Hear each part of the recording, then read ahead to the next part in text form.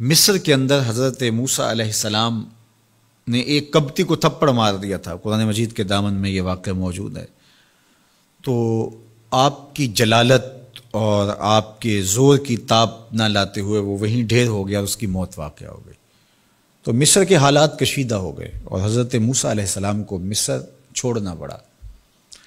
تو وہ شہر مدین کی جانب جا رہے تھے کہ راستے کے اندر ایک کنواں تھا، وہاں کچھ لوگ اپنے جانوروں کو پانی پلا رہے تھے۔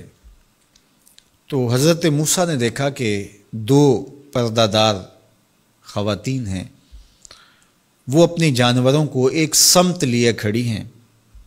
سمجھ گئے کہ مردوں کے ہجوم میں آنا نہیں چاہ رہی، ان کا حیا مانے ہے۔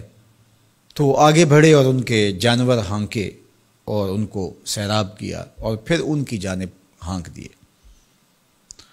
وہ واپس گئیں اور اپنے والد بزرگوار سے کہا کہ ایک سال نوجوان جس کی آنکھوں میں شرم و حیا تھا، اس نے ہمارے ساتھ یہ مہربانی کی۔ تو ان کے والد گرامی نے کہا کہ جاؤ اس کو بلا کے لاؤ۔ قرآن مجید میں اس کا ذکر کیا گیا۔ فجاءتہ احداہما تمشی علی استحیاء، ان میں سے ایک خاتون حیا میں سمٹی ہوئی حاضر ہوئی۔ اس نے کہا کہ ہمارے والد گرامی آپ کو بلاتے ہیں، آپ نے ہمارے ساتھ جو مہربانی کی ہے اس کا وہ اجر دینا چاہتے ہیں۔ تو حضرت موسیٰ علیہ السلام ان کے ساتھ چلے گئے، اور جب گئے تو یہ گھر تھا حضرت شعیب علیہ السلام کا، اور یہ صاحبزادیاں حضرت شعیب علیہ السلام کی تھیں۔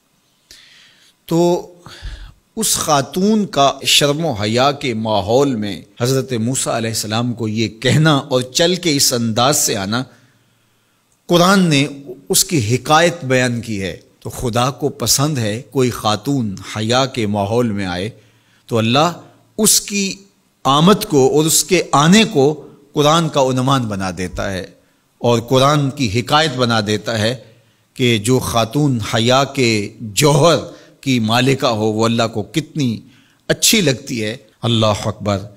حضرت نبی اکرم صلی اللہ علیہ وآلہ وسلم کا فرمان حیا کے حوالے سے، الحیاء من الایمان، حیا ایمان سے ہے۔ تو جتنے بھی ایماندار لوگ ہیں وہ پھر حیا کے جوہر سے مزین ہوں گے، مالا مال ہوں گے۔ آپ دیکھ لیجئے سب سے بڑے ایماندار تو میرے اور آپ کے آقا مولا ہیں، اور حضور کمواری لڑکی سے زیادہ حیادار تھے۔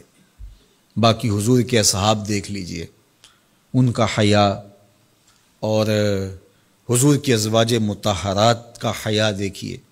ام المومنین حضرت عائشہ رضی اللہ تعالی عنہا فرماتی ہیں کہ حضور کا جب وصال ہوا اور حضور میرے حجرے میں دفن ہوئے تو میں جب حضور کی قبر انور پہ جاتی تو معمولی چادر اوڑھ کے چلی جاتی، اس خیال سے کہ میرے شوہر ہیں۔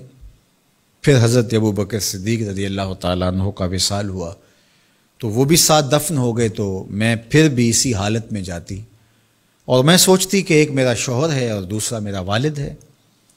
کہا پھر حضرت عمر رضی اللہ تعالیٰ عنہ کا انتقال ہوا اور وہ بھی ساتھ مدفون ہوئے۔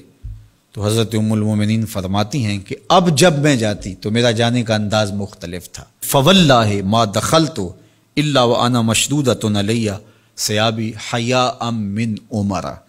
کہا اب جب بھی میں جاتی تو خوب اوڑھنی اوڑھ کے اور چادر لے کے جاتی، مجھے عمر سے حیا آتی۔ یہ ام المومنین کا انداز زندگی ہے۔ مخدرات اسلام کو اس سے سیکھنا چاہیے۔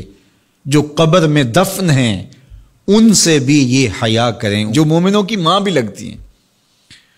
اور آج یہ دلائل دیے جائیں کہ پردہ تو جناب دل کا ہوتا ہے، چہرے کا پردہ تو نہیں ہے۔